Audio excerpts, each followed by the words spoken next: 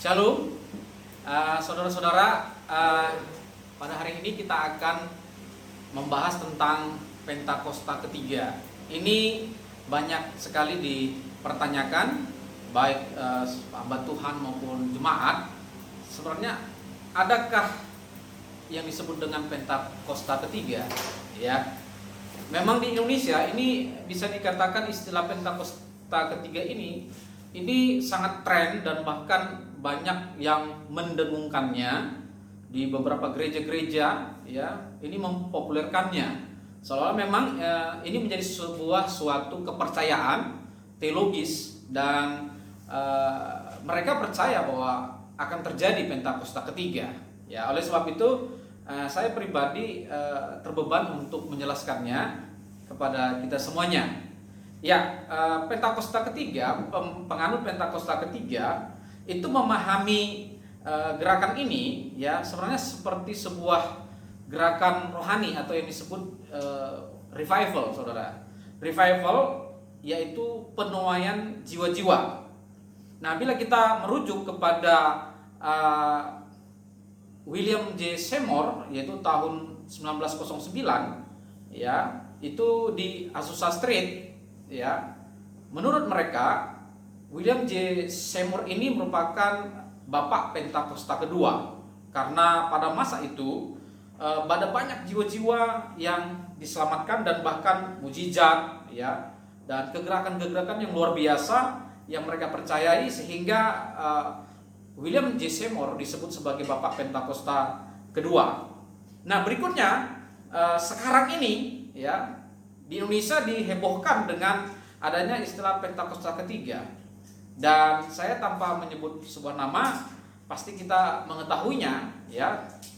Dan mereka percaya bahwa tahun 2019 merupakan Pentakosta ketiga. Dan mereka menyebut Bapak Pentakosta ketiga adalah beliau.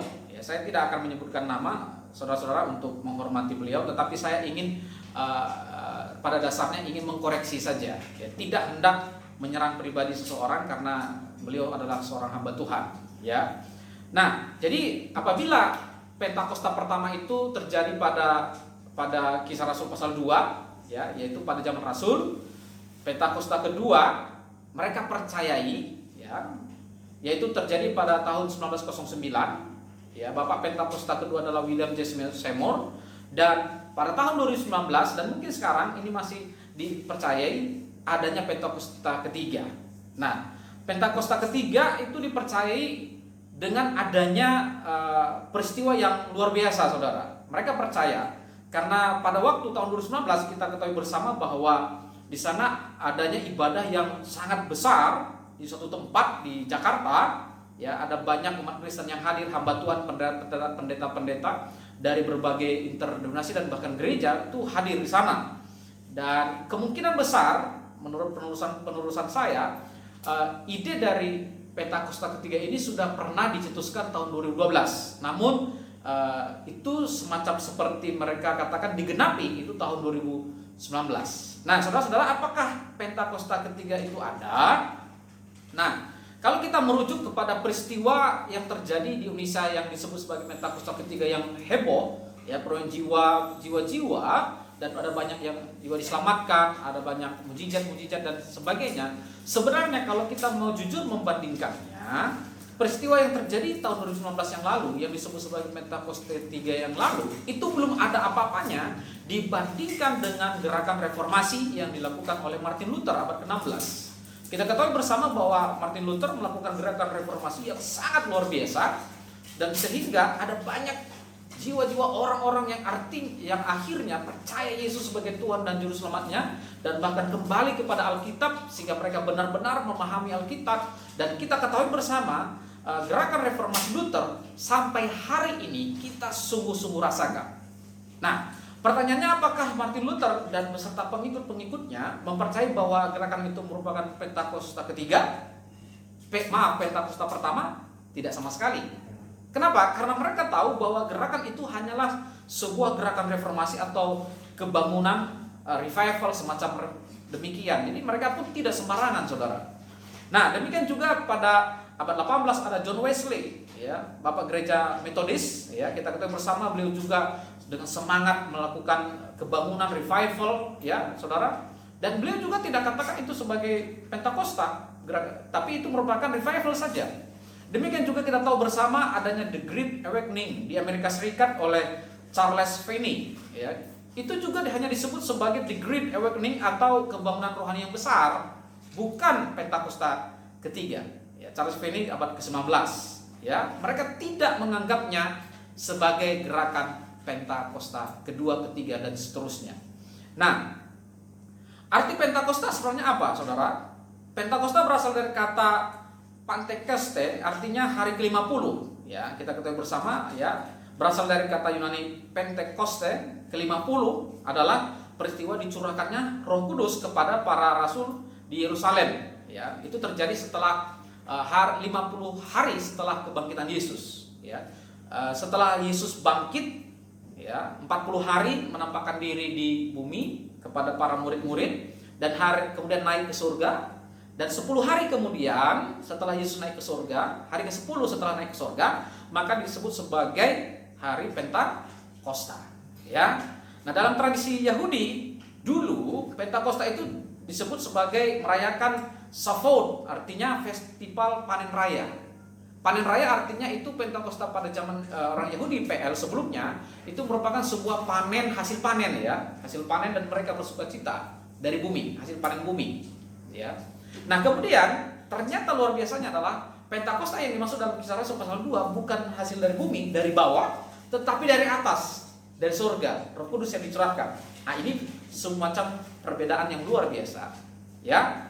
Nah, Pentakosta merujuk dari pengertian yang tadi, maka Pentakosta itu sebenarnya terjadi hanya satu kali.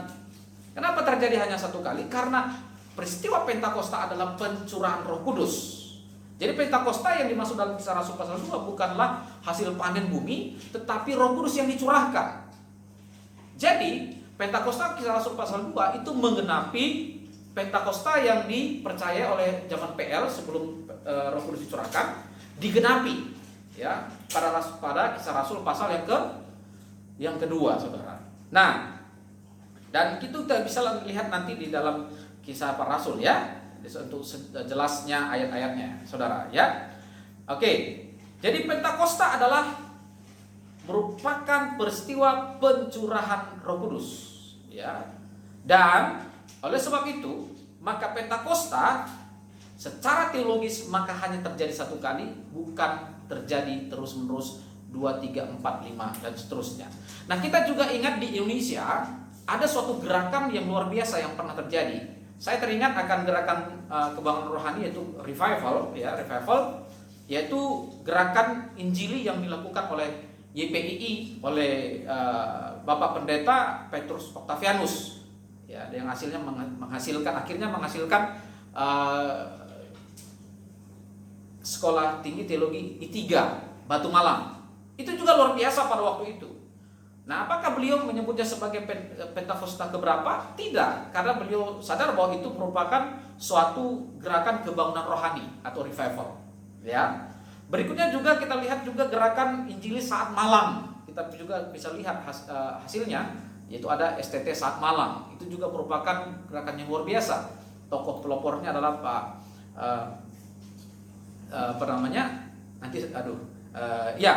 itu juga luar biasa, saudara, Peter Wongso. Ya, apakah Pak Peter Wongso menyebutnya sebagai Pentakosta berapa? Tidak, tapi mereka percaya itu adalah sebuah gerakan saja, gerakan kebangunan rohani yang benar berasal dari Tuhan, tetapi bukan Pentakosta kesekian. Nah, oleh sebab itu sebenarnya Pentakosta itu hanya terjadi sekali, dan korelasinya dengan orang percaya apa?